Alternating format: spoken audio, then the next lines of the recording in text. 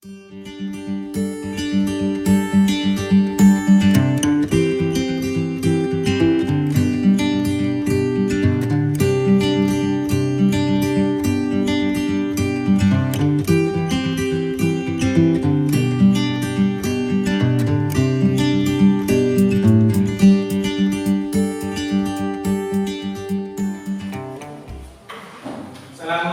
warahmatullahi wabarakatuh. Waalaikumsalam warahmatullahi wabarakatuh.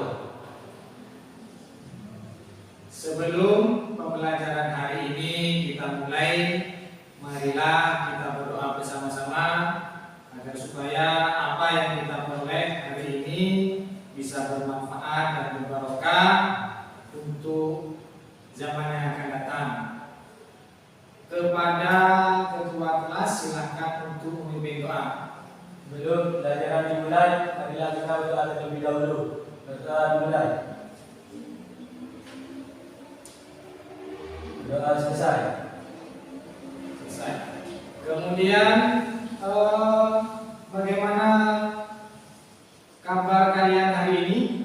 Alhamdulillah baik semua ya, sehat semua, tidak ada yang sakit ya. Kemudian apakah sekarang sudah fresh semua ya? Alhamdulillah. Kemudian hari ini apakah ada teman kalian yang tidak masuk? Rekan semua ya. Jadi setelah liburan kalian sudah fresh semua dan lengkap. Alhamdulillah sudah tidak ada yang sakit dan lain sebagainya.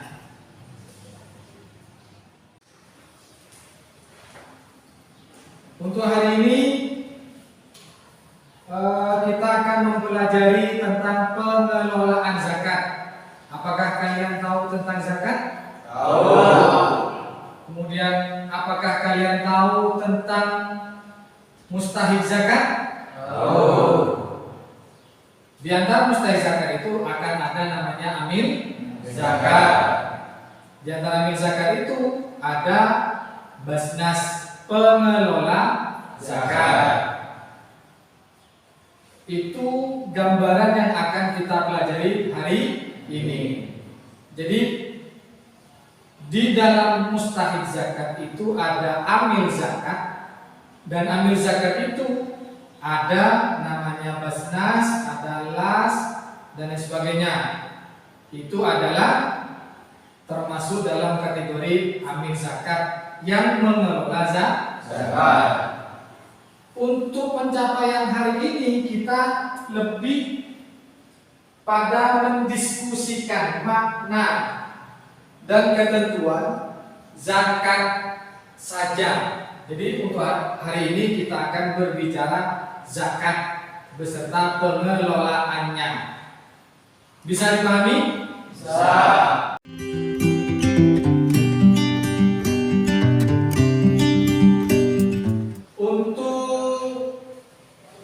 Presentasi hari ini silakan kepada kelompok 1 mempresentasikan dan mendiskusikan kepada temannya tentang bab hari ini tentang pengelolaan zakat. Silakan kepada kelompok 1.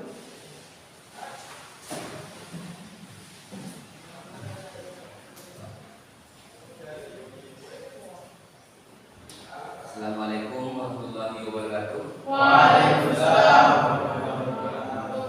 Perkenalkan, nama saya Nan Mahendra dan teman saya Muhammad Nuril serta Abang Masrur. Kami merupakan perwakilan dari kelompok 1 yang membahas tentang pengelolaan zakat.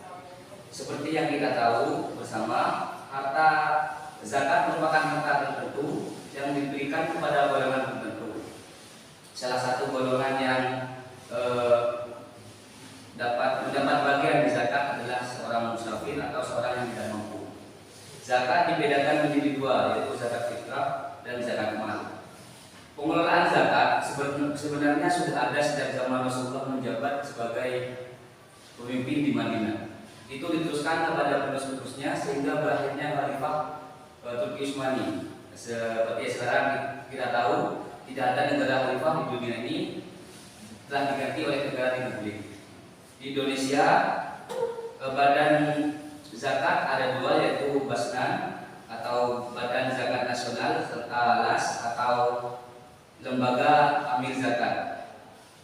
Kedua lembaga tersebut disahkan oleh Undang-Undang Dasar Undang-Undang 38 tahun 1999. Dari presentasi teman kalian ini dari kelompok 1, mungkin ada yang kalian tanyakan, mungkin perlu didiskusikan, silakan.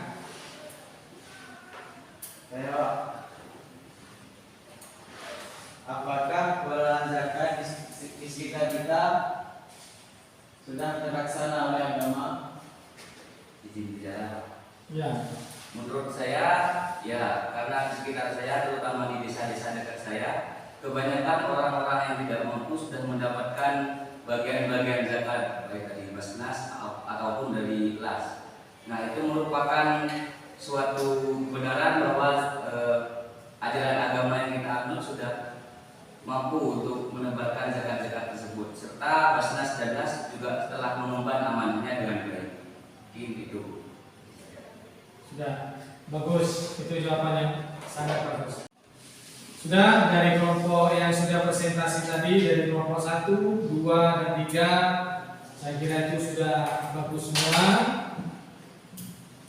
Tinggal saya ingin menguatkan materi untuk hari ini adalah pengelolaan zakat. Pengelolaan zakat, kita lebih fokus pada pengelolaan zakatnya. Jadi kan tadi sudah dijelaskan oleh teman kita bahwa teman kalian bahwa pengertian zakat sudah harta tertentu diberikan pada golongan tertentu dan sifatnya itu juga harus tertentu. Itu sudah dipahami ya? Ya. Terus. Kemudian apa tujuan dari pengelolaan zakat? Tujuan dari pengelolaan zakat salah satunya dalam Undang-Undang Nomor 38 Tahun 1999 adalah yang sudah dijelaskan. Salah satunya sudah dijelaskan oleh teman kalian tadi itu. Ya. Kemudian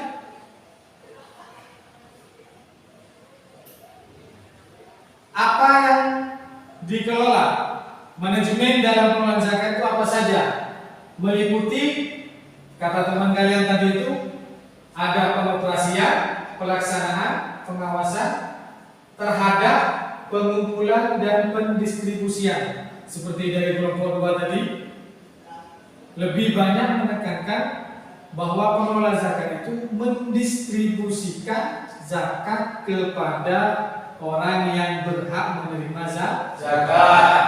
Kalau dari kelompok 1 tadi itu lebih banyak pada definisi-definisi beserta macam-macam zakat. Macam-macam zakat sudah dipahami semua ya? Ya. Kemudian harta yang wajib dizakati itu apa saja? Sudah tadi dari kelompok 1. Contohnya seperti ada emas, perak, tawar, dan harga perniagaan. Kemudian ada juga hewan ternak. Hewan ternak itu ada sapi, domba, dan unta. Itu adalah hewan-hewan yang wajib dizakati. Sudah dijelaskan tadi ya sama kelompok 1.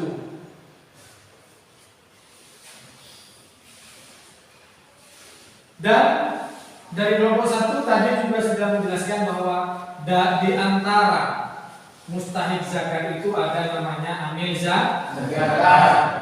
Amil zakat ini adalah orang yang mengelola zakatnya. Kalau secara pemerintahan, lembaga amil zakat tingkat nasional dibentuk oleh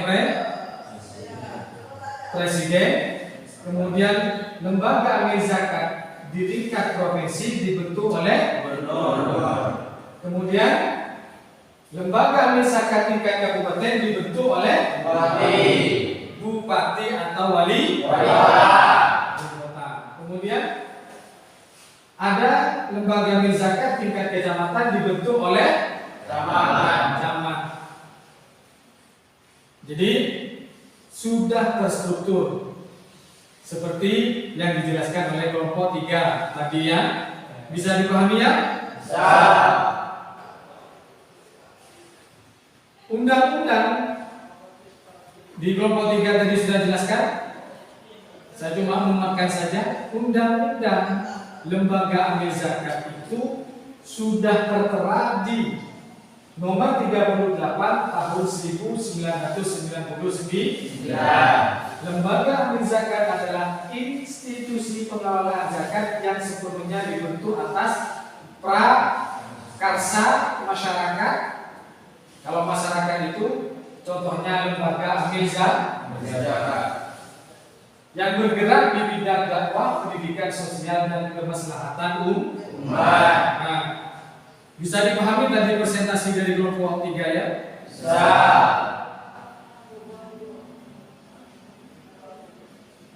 Kemudian tadi itu kan yang lembaga amil zakat yang dibentuk oleh masyarakat kelas itu meskipun dibentuk oleh pemerintah, dibentuk oleh masyarakat, akan tapi harus ada akte pendirian, data mustahik dan muzaki, ada daftar susunan pengurus, kemudian ada rencana program jangka panjang dan jangka pendek, kemudian ada laporan neraca keuangan.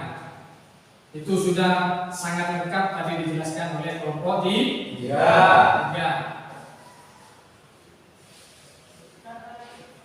Mekanismenya sama, sudah dijelaskan oleh kelompok 3.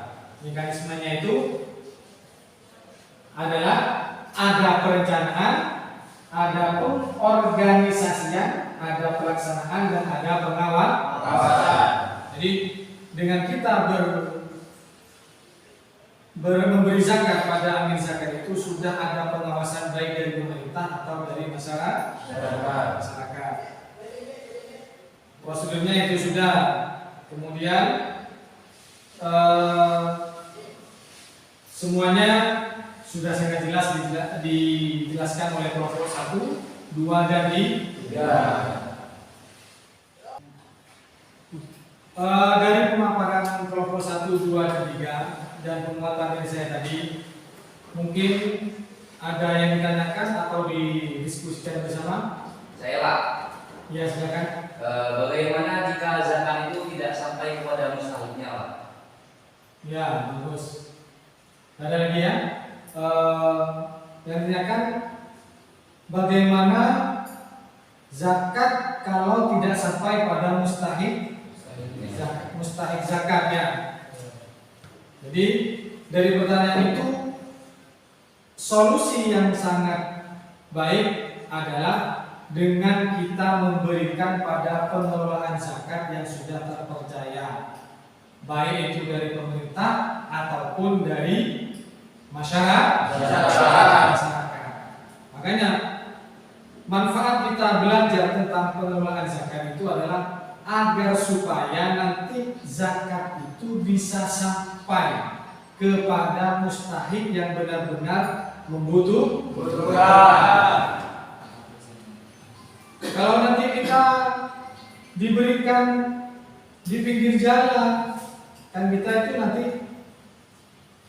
orang di pinggir jalan itu apakah memang benar-benar mustahik zakat apa tidak? Tapi kalau dari kita berikan pada lembaga amil zakat yang sudah terpercaya, yang mana mereka itu sudah mempunyai datanya itu memang sudah ada yang dari pemerintah atau dari masyarakat.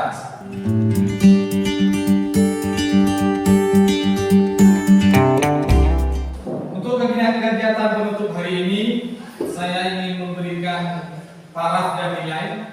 Jadi untuk kelompok 1 sudah cukup baik, kemudian kelompok 2 juga sudah cukup baik, dan kelompok 3 sudah sangat baik.